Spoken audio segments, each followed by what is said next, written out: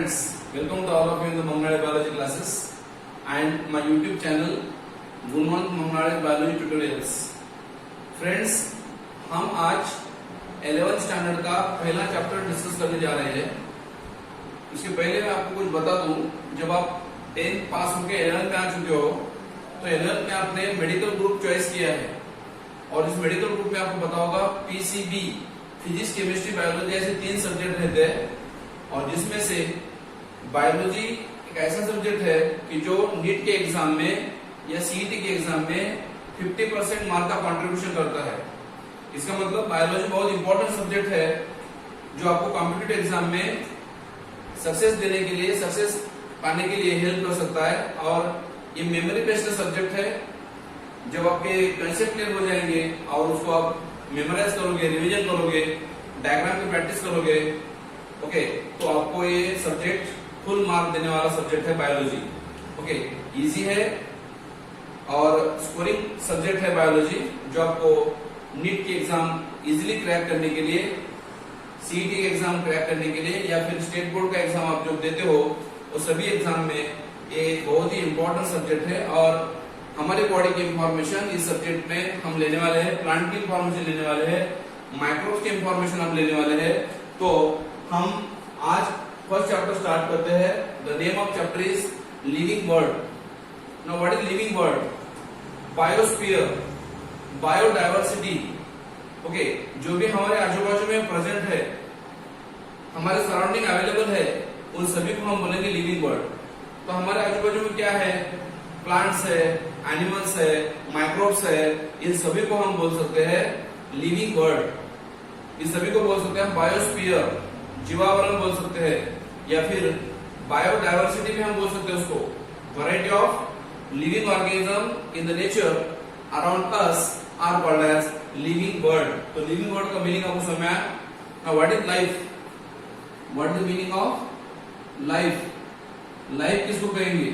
तो मैंने आपको सबसे पहले बोला, मैंने आपको कि जहां पे सेल है, जहां पे सेल है वहां पे लाइफ है, जहां पे सेल नहीं है वहां पे लाइफ नहीं है।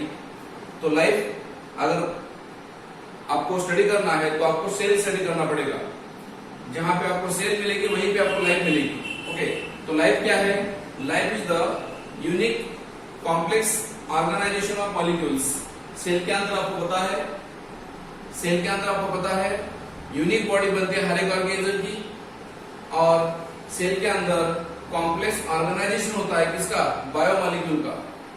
सेल के अंदर डिफरेंट काइंड ऑफ बायोमॉलिक्यूल जो है, डीएनए हो, आरएनए हो, प्रोटीन हो, न्यूक्लिक एसिड हो, कार्बोहाइड्रेट हो, फैट हो, लिपिड हो, इन सभी बायोमॉलिक्यूल का ऑर्गेनाइजेशन होता है। उसमें केमिकल रिएक्शन होती है, बायोमॉलिक्यूल में ऑर्गेनाइजेशन होता है, वो बनते हैं, उसमें केमिकल रिएक्शन होती है और जिसकी वजह से सेलुलर ऑर्गेनाइजेशन होता है। सेलुलर ऑर्गेनाइजेशन होता है मतलब सेल बनती है, और जहां पे सेल बनती है वहां पे क्या होता है? ऑर्गेनिज्म की ग्रोथ होती है। Okay, due to cell division. आपको पता होगा ग्रोथ क्यों होती है? Due to cell division. तो लाइफ में सेलुलर ऑर्गेनाइजेशन होता है, ग्रोथ होती है, डेवलपमेंट होती है। ऑर्गेनिज्म की ग्रोथ, डेवलपमेंट। ग्रोथ क्या है? क्वांटिटेटिव है, increasing height, increasing mass, increasing weight is called as growth. And what is development? Development हम मेजर नहीं कर सकते, ग्रोथ हम मेजर कर सकते हैं। ग्रोथ क्वांटिटेटिव है, डेवलपमेंट क्वालिटेटिव है। Okay, and growth and development जब होती है तो फुल्ली बॉडी वर्क करती है। Growth, development, responsiveness. What is responsiveness? Consciousness. Organism में ऐसी कैपेसिटी है कि वो सराउंडिंग एनवायरनमेंट को रिस्पॉन्स देता है। बाहर से कुछ लेता है और बाहर के एनवायरनमेंट कुछ देता है, तो उसको बोलते हैं रिस्पॉन्सिवनेस। और रिस्पॉन्स जब हम देते हैं उसको बोलते हैं हम लोग कॉन्शियसनेस, अवेयरनेस, अलर्टनेस रहता है लिविंग ऑर्गेनिज्म में, जिसकी वजह से वो रिस्पॉन्स देते हैं सराउंडिंग एनवायरनमेंट को, और वहीं पे अडाप्टेशन होता है organism. What is adaptation? Adaptation means what? Adjustment made by organisms to the surrounding environment, changing environment is called as adaptation. Okay, जैसे कि फिश का अडाप्टेशन वाटर में रहता है, बर्ड का अडाप्टेशन एयर में रहता है, मंकी का अडाप्टेशन ट्री के ऊपर रहता है, उसको हम अडाप्टेशन बोलते हैं। ओके, और ग्रोथ की डेफिनेशन क्या बोला मैंने आपको? ओके, तो ये हम अभी स्टडी कर रहे हैं प्रॉपर्टीज ऑफ लिविंग ऑर्गेनिज्म या फिर कैरेक्टरिस्टिक्स ऑफ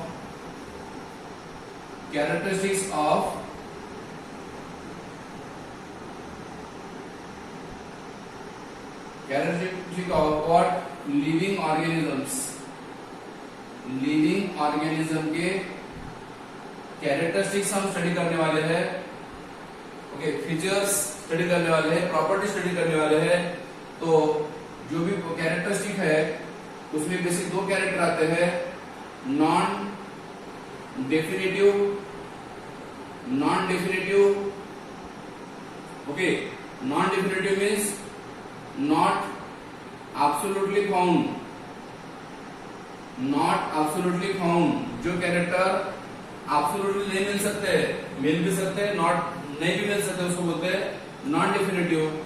और दूसरे कैरेक्टर में आपको बोल रहा हूं that is definitive. Definitive character जो है वो एब्सोल्युटली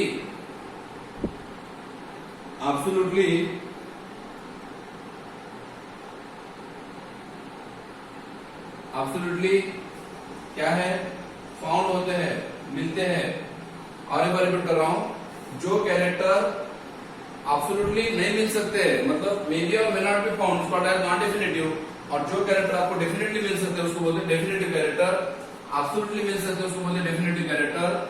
नॉन डेफिनेटिव में आपको दे रहा हूं मैं, टाइप दे रहा हूं मैं। ओके, नॉन डेफिनेटिव में जो फर्स्ट टाइप है दैट इज ग्रोथ, और दूसरा मैं दे रहा हूं reproduction. Okay, growth and reproduction. आज हम ये दो कैरेक्टरिस्टिक डिटेल में स्टडी करेंगे। Okay, what is this? This is the non definitive characteristic of living organisms. मैंने पहले बोला आपको, नॉन डेफिनेटिव का मतलब वो मिल भी सकते हैं, नहीं भी मिल सकते हैं। ओके, तो ये ग्रोथ एंड रिप्रोडक्शन ये दो प्रॉपर्टी है, मैं डिस्कस कर रहा हूं आपको। So what is growth? मैंने आपको ग्रोथ की डेफिनेशन बोला था। या फिर what is living organisms? Living organism किसको बोलेंगे?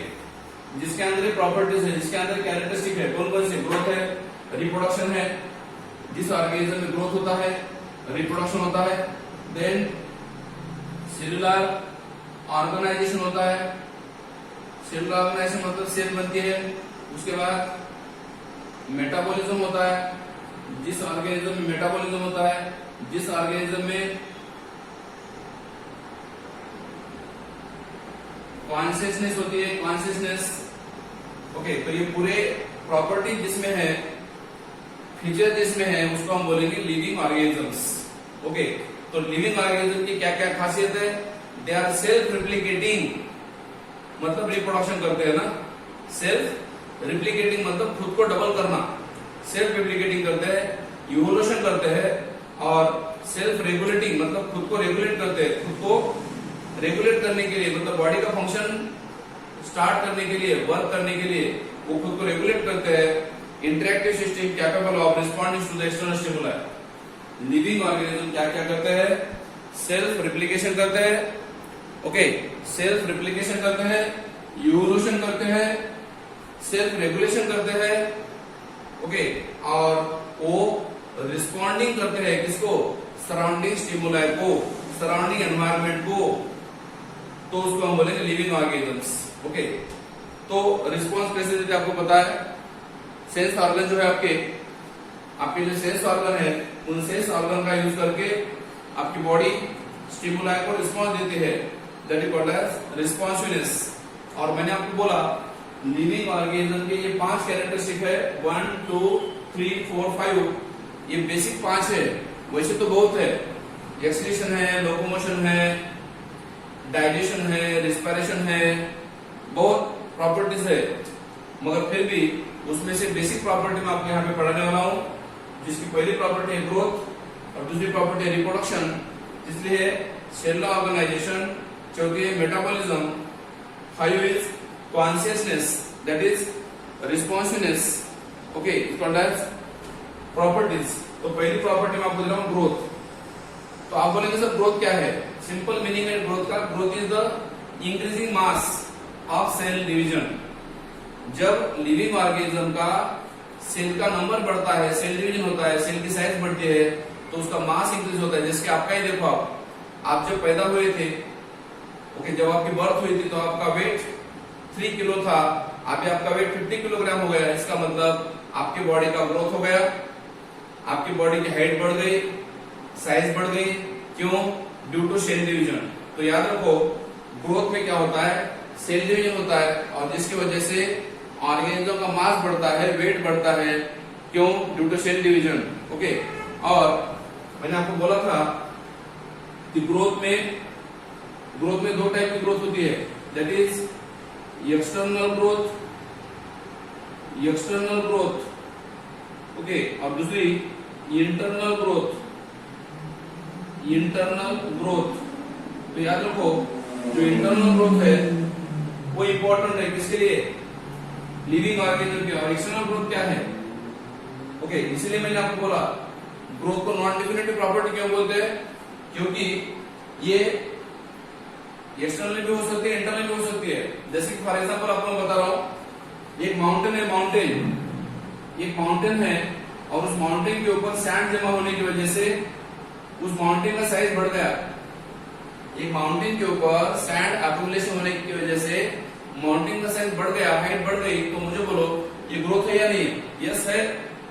इसका मतलब ये माउंटेन की हाइट क्यों बढ़ गई? Due to accumulation of certain substance, and that is what as external growth. तो याद रखो, एक्सटर्नल ग्रोथ में क्या होता है? External growth occur due to accumulation of substance। कुछ सब्सटेंस जो है एक्यूमुलेट हो जाते हैं, स्टोर हो जाते हैं, जमा हो जाते हैं, और जिसकी वजह से जो ग्रोथ होती है उसको बोलते हैं एक्सटर्नल ग्रोथ। याद रखो, external growth generally living organism नहीं होती, और internal growth occur in the living organisms. Living organism में इंटरनल ग्रोथ होती है, और जहां पे मैंने आपको बोला था सेल डिवीजन होता है। अगर इंटरनल ग्रोथ होनी है तो वहां पे सेल डिवीजन इंपॉर्टेंट है। आपको पता होगा सेल डिवीजन दो टाइप का होता है, mitosis division and meiosis division. जब आपकी हाइट बढ़ती है, साइज बढ़ती है, तो आपका सेल डिवीजन होता है। So what is the definition of growth? Growth की डेफिनेशन क्या है? इंक्रीजिंग मास, increasing height, और growth is defined as permanent and irreversible change। Permanent का मतलब एक बार हो गई रिवर्स नहीं होती, इसको बोलते परमानेंट। एंड इरिवर्सिबल का मतलब वो रिवर्स नहीं हो पाती। सपोज 60 इयर्स के अगर एक ओल्ड पर्सन को अगर लगता है कि मैं 30 ईयर का बन जाऊं, या फिर अडल्ट पर्सन को लगता है मैं छोटा बच्चा बन जाऊं, it is not possible. Growth जब होती है तो परमानेंट होती है, रिवर्स नहीं होती, इसीलिए उसको बोलते हैं permanent and irreversible change occurring in organisms is called growth. और ये भी याद रखो, ग्रोथ अगर बाहर से होती है तो कुछ सब्सटेंस एक्युमुलेट होने की वजह से होती है, और ग्रोथ अगर अंदर से होती है तो वो लिविंग ऑर्गेनिज्म में होती है, और ड्यू टू सेल डिवीजन में होती है। और एक बात याद रखो, मैं क्या बोल रहा हूं, प्लांट में और एनिमल में अगर ग्रोथ आप देखते हो, ग्रोथ अगर आप प्लांट में और एनिमल में देखते हो तो आपको पता होगा प्लांट में जो ग्रोथ होती है, in plants growth occur continue through out life. Plant के अंदर जो ग्रोथ होती है थ्रू आउट लाइफ होती है। क्यों? क्योंकि आपको पता होगा प्लांट के अंदर मेरिस्टेमेटिक टिश्यू रहता है। याद रखो, प्लांट के अंदर क्या होता है? मेरिस्टेमेटिक टिश्यू रहता है। ओके, मेरिस्टेमेटिक टिश्यू रहता है, and due to meristematic tissue होने की वजह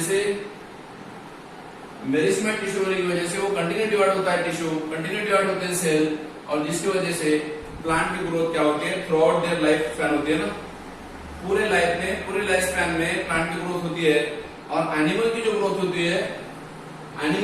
होती है अप टू सर्टेन एज होती है, कुछ एज तक होती है। जैसे कि ह्यूमन की ग्रोथ अगर आप देखते हो तो 18 साल तक या 20 साल तक होती है, उसके आगे ग्रोथ नहीं हो पाती। इसका मतलब एनिमल में ग्रोथ जो है सर्टेन एज तक है और प्लांट में जो ग्रोथ होती है अनलिमिटेड होती है, कंटिन्यू होती है, थ्रू आउट लाइफ होती है, क्योंकि वहां पे मेरिस्टेमेटिक टिश्यू है, एनिमल में मेरिस्टेमेटिक टिश्यू नहीं है। Okay, however cell division occur to replace the lost cell. जब वो ग्रोथ होती है, जब ग्रोथ होती है तो वहां पे सेल डिवीजन होता है। प्लांट में या एनिमल में जब ग्रोथ होती है तो वहां पे क्या होता है, सेल डिवीजन होते हैं। और जब सेल डिवीजन होता है तब आपको पता होगा ओल्ड सेल की जगह पे न्यू सेल आ जाते हैं, डेड सेल की जगह पे यंग सेल फॉर्म होते हैं। Okay, and that's why basically growth में क्या होता है, increase in the mass and size. Growth में मास बढ़ता है, साइज बढ़ता है। दस non living object also shows growth. मैंने बोला आपको माउंटेन का साइज बढ़ता है, उसका सरफेस की ग्रोथ होती है माउंटेन की। ओके, तो इसलिए मैं बोल रहा हूं non living object also shows growth. जैसे कि मैंने बोला आपको, उसको एक्सटर्नल ग्रोथ बोलते हैं। माउंटेन की हाइट बढ़ना, पर्वत की ऊंचाई जब बढ़ती है तो उसको हम एक्सटर्नल ग्रोथ बोलते हैं, क्योंकि वहां पे कुछ एक्यूमुलेशन हो गया, कुछ स्टोर हो गया, सैंड जमा हो गई इसके ऊपर, माउंटेन के ऊपर, तो उसको हम बोलते हैं surface accumulation of material. External growth में क्या होता है, सरफेस के ऊपर कुछ मटेरियल का एक्यूमुलेशन हो जाता है। And so growth is not a defining property. इसलिए मैंने बोला आपको कि ग्रोथ डिफाइनिंग प्रॉपर्टी नहीं है, नॉन डिफिनेटिव प्रॉपर्टी है, क्योंकि नॉन लिविंग ऑब्जेक्ट में भी ग्रोथ होती है। And in living organism growth occur from inside, इसलिए उसको बोलते हैं इंटरनल ग्रोथ। लिविंग ऑर्गेनिज्म में जो ग्रोथ होती है इनसाइड होती है, अंदर से होती है, इंटरनल होती है, और वो सेल डिवीजन की वजह से होती है।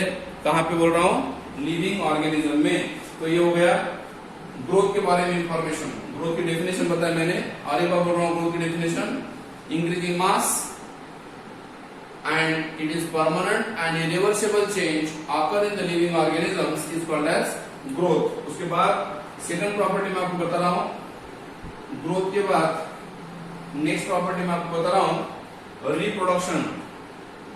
After growth second property is reproduction। What is reproduction? The capacity of organisms to produce new individuals, to produce progeny having the feature similar to the parents। Reproduction में हर एक ऑर्गेनिज्म क्या करता है, अपने जैसा ही लिविंग ऑर्गेनिज्म बनाता है, उसको हम बोलते हैं production of progeny, production of young one, production of offsprings like their parents, similar to their parents. Okay, parent के जैसी, जैसे कि ह्यूमन बीइंग से ह्यूमन बीइंग बनता है, मैंगो प्लांट से मैंगो सीड बनते हैं। ओके, कैट से किटन बनता है, डॉग से पपीज बनते हैं। तो इसका मतलब उसको रिप्रोडक्शन बोलते हैं। और reproduction is also called as self replication या सेल्फ रिप्लिकेटिंग प्रॉपर्टी है। और इसको हम बोल सकते हैं, it is also called as like begets like, मतलब उनके जैसा ही वो नया ऑर्गेनिज्म प्रोड्यूस कर सकते हैं रिप्रोडक्शन में। Okay, an organism reproduce, organism में जो रिप्रोडक्शन होता है दो तरीके से होता है, आपको पता है। ऑर्गेनिज्म में रिप्रोडक्शन दो तरीके से होता है, one is asexual and other is sexual. In every living organism reproduction occur by two way. Asexual means without formation of gamete and fusion of gamete। Asexual reproduction में गैमेट का formation या gamete का fusion नहीं होता, and sexual reproduction में gamete का formation या gamete का फ्यूजन हो जाता है। आपको पता होगा फॉर्मेशन ऑफ गैमेट को बोलते हैं मियोसिस, फॉर्मेशन ऑफ गैमेट को बोलते हैं मियोसिस। तो यहाँ पे मियोसिस नहीं होता। No formation of gamete means no meiosis and no fusion of gamete means no fertilization। very important point। जिस प्रोसेस में, जिस रिप्रोडक्शन में गैमेट का फॉर्मेशन नहीं होता, मियोसिस फॉर्मेशन नहीं होता और गैमेट का फ्यूजन नहीं होता, फर्टिलाइजेशन नहीं होता, उसको हम बोलेंगे असेक्सुअल रिप्रोडक्शन। तो उसमें और टाइप्स है, उसमें बाइनरी फ्यूजन है, उसमें बडिंग है। ओके, यूनिसेलुलर ऑर्गेनिज्म में जो रिप्रोडक्शन होता है, यूनिसेलुलर ऑर्गेनिज्म में रिप्रोडक्शन होता है वो 100% असेक्सुअल होता है, और फिर वो बडिंग हो या फिर बाइनरी फ्यूजन हो, इस तरीके से होता है। And growth and reproduction are some of the because they have reproduce by cell division. देखो ग्रोथ एंड रिप्रोडक्शन में क्या होता है, सेल डिवीजन होता है। याद रखो in unicellular organism cell division cause reproduction. जैसे कि मैं आपको बता रहा हूं, यहाँ पे देखो ये अमीबा है, ये अमीबा है, इस अमीबा से अगर दो अमीबा बनते हैं तो यहाँ पे क्या हो रहा है, एक अमीबा से अगर दो अमीबा बनते हैं तो ये क्या हो रहा है, this is the cell division. ये सेल डिवीजन है मगर इसको हम रिप्रोडक्शन बोल सकते हैं। तो याद रखो statement, in unicellular organism cell division cause reproduction. Unicellular organism में सेल डिवीजन की वजह से रिप्रोडक्शन होता है। And in multicellular organism cell division cause growth. और एक बार रिपीट कर रहा हूं, यूनिसेलुलर ऑर्गेनिज्म में सेल डिवीजन की वजह से रिप्रोडक्शन होता है। And in multicellular organism cell division cause growth. Cell division की वजह से ग्रोथ होती है इसमें, मल्टीसेलुलर ऑर्गेनिज्म में। ओके, एंड हाइट बढ़ती है, मास बढ़ता है, कहां पे, मल्टीसेलुलर ऑर्गेनिज्म में। तो आप बोलेंगे सर रिप्रोडक्शन के नॉन डिफिनेटिव प्रॉपर्टी क्यों बोलते हैं आप बोलेंगे रिप्रोडक्शन को हम नॉन डेफिनेटिव प्रॉपर्टी क्यों बोल रहे हैं। याद रखो reproduction is the characteristic of living organisms, but every living organism can not reproduce. Statement is very important. मैं जो स्टेटमेंट बोल रहा हूँ वेरी इंपॉर्टेंट स्टेटमेंट बोल रहा हूँ। रिप्रोडक्शन ये कैरेक्टरिस्टिक है किसका, लिविंग ऑर्गेनिज्म का, मगर सभी लिविंग ऑर्गेनिज्म रिप्रोड्यूस नहीं कर पाते। कौन नहीं रिप्रोडक्शन नहीं कर पाता, आपको पता होगा, मेल डॉन्की एंड फीमेल हॉर्स, ये दोनों का मीटिंग करने के बाद जो न्यू इंडिविजुअल बनता है उसको बोलते हैं म्यूल। म्यूल बोलते हैं, खच्चर बोलते हैं उसको, खच्चर बोलते हैं, खच्चर। वो रिप्रोडक्शन नहीं कर पाता। या फिर हनी बी में आपको पता होगा वर्कर हनी बी बोल के हनी बी रहते हैं, वर्कर हनी बी बोल के हनी बी रहती है, वो भी रिप्रोडक्शन नहीं कर पाती। और इवन तो ह्यूमन बीइंग में आप देखो छक्के जो रहते हैं, छक्के उसको हम गे बोलते हैं, वो भी रिप्रोडक्शन नहीं कर पाते। मुझे बोलो जो छक्के है वो लिविंग है कि नहीं है, लिविंग है, मगर वो रिप्रोडक्शन नहीं कर सकते। वो लिविंग है, वो ह्यूमन है, मगर रिप्रोडक्शन नहीं कर पाते। इसका मतलब रिप्रोडक्शन लिविंग ऑर्गेनिज्म का कैरेक्टरिस्टिक है, मगर सभी लिविंग ऑर्गेनिज्म रिप्रोडक्शन नहीं कर पाते। Okay, and that's why many organism do not reproduce. Example मैंने आपको बोला म्यूल है, दूसरा एग्जांपल बोला वर्कर भी है, तीसरा एग्जांपल बोला इनफर्टाइल ह्यूमन कपल। ऐसे बहुत कपल है कि जो सेक्सुअल कांटेक्ट करते हैं मगर उनको बच्चा नहीं होता, बेबी पैदा नहीं होता है, they are also unable to reproduce. Okay, sexual contact करना मतलब रिप्रोडक्शन करना नहीं है। सेक्सुअल कांटेक्ट करने के बाद रिप्रोडक्शन होता है, but Yuri sexual contact can not cause reproduction, क्योंकि पहले सेक्सुअल कांटेक्ट होना चाहिए, बाद में फर्टिलाइजेशन होगा, और अगर फर्टिलाइजेशन होगा तो रिप्रोडक्शन होगा। तो रिप्रोडक्शन जब होता है तो उसमें फर्टाइल कपल चाहिए, फर्टाइल कपल चाहिए। इनफर्टाइल कपल में रिप्रोडक्शन की कैपेसिटी लॉस हो जाती है, and hence reproduction is not a perfect defining property of living organism. इसलिए मैं आपको बोल रहा हूँ कि रिप्रोडक्शन ये डिफाइनिंग प्रॉपर्टी नहीं है। सभी ऑर्गेनिज्म में रिप्रोडक्शन हो सकता है, हम बता नहीं सकते। ओके, और याद रखो सेक्सुअल रिप्रोडक्शन में क्या होता है, सेक्सुअल रिप्रोडक्शन में क्या होता है, in sexual reproduction formation of gamete, formation of gamete होता है, मतलब मियोसिस डिवीजन होता है, और फ्यूजन ऑफ गैमेट भी होता है। फ्यूजन ऑफ गैमेट भी होता है, उसको हम फर्टिलाइजेशन बोलते हैं। सेक्सुअल रिप्रोडक्शन में फॉर्मेशन ऑफ गैमेट मतलब मियोसिस होता है, और फ्यूजन ऑफ गैमेट मतलब फर्टिलाइजेशन होता है। इसलिए सेक्सुअल रिप्रोडक्शन एडवांस है, किससे, असेक्सुअल रिप्रोडक्शन से। सेक्सुअल रिप्रोडक्शन एडवांस है, और ये भी याद रखो in plant asexual reproduction called as vegetative reproduction. Plant में असेक्सुअल रिप्रोडक्शन को बोलते हैं वेजिटेटिव रिप्रोडक्शन। तो आप बोलेंगे सर असेक्सुअल रिप्रोडक्शन के टाइप कौन कौन से है, असेक्सुअल रिप्रोडक्शन के टाइप कौन कौन से है, उसमें बाइनरी फ्यूजन है, जैसे कि बैक्टीरिया में होता है, अमीबा में होता है, पैरामीशियम में होता है। उसमें बडिंग है, बडिंग किसमें होता है? हाइड्रा में होता है, ईस्ट में होता है। उसमें फ्रैगमेंटेशन होता है, फ्रैगमेंटेशन मतलब बॉडी कट होने के बाद न्यू बॉडी बनती है, उसको फ्रैगमेंटेशन बोलते हैं। स्पायरोगारा में होता है, उसमें रीजनरेशन होता है, प्लानेरिया में होता है रीजनरेशन। असेक्सुअल रिप्रोडक्शन में रीजनरेशन प्लानेरिया में होता है। उसमें वेजिटेटिव प्रोपगेशन हो सकता है, किसमें? प्लांट में। तो असेक्सुअल रिप्रोडक्शन के ऐसे टाइप्स है। कौन कौन से टाइप बोल रहा हूं मैं असेक्सुअल रिप्रोडक्शन के? बाइनरी फिजन है, मल्टीपल फिजन है, बडिंग है, फ्रैगमेंटेशन है, रीजनरेशन है, वेजिटेटिव प्रोपगेशन है, टिश्यू कल्चर है, माइक्रो प्रोपगेशन है। ये पूरे असेक्सुअल रिप्रोडक्शन के टाइप्स है जो हम बाद में डिस्कस करेंगे। आज मैंने आपको दो प्रॉपर्टी पढ़ाए हैं लिविंग ऑर्गेनिज्म के। कौन कौन से? नॉन डिफिनेटिव कैरेक्टरिस्टिक मैंने आपको पढ़ाया है, growth and reproduction. Next property we will discuss in the next class. Thank you, have a good day. The world consists of both the living and the non-living. But how do we segregate the two? We can do so by looking out for certain characteristics associated with living organisms. However, these characteristics can be definitive or non-definitive. One such characteristic is growth. Living organisms, whether multicellular or unicellular, grow due to cell division. However, cell division affects these organisms differently.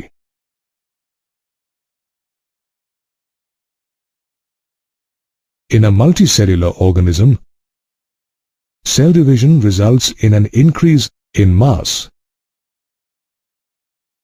whereas in a unicellular organism like amoeba, it leads to the formation of two new organisms.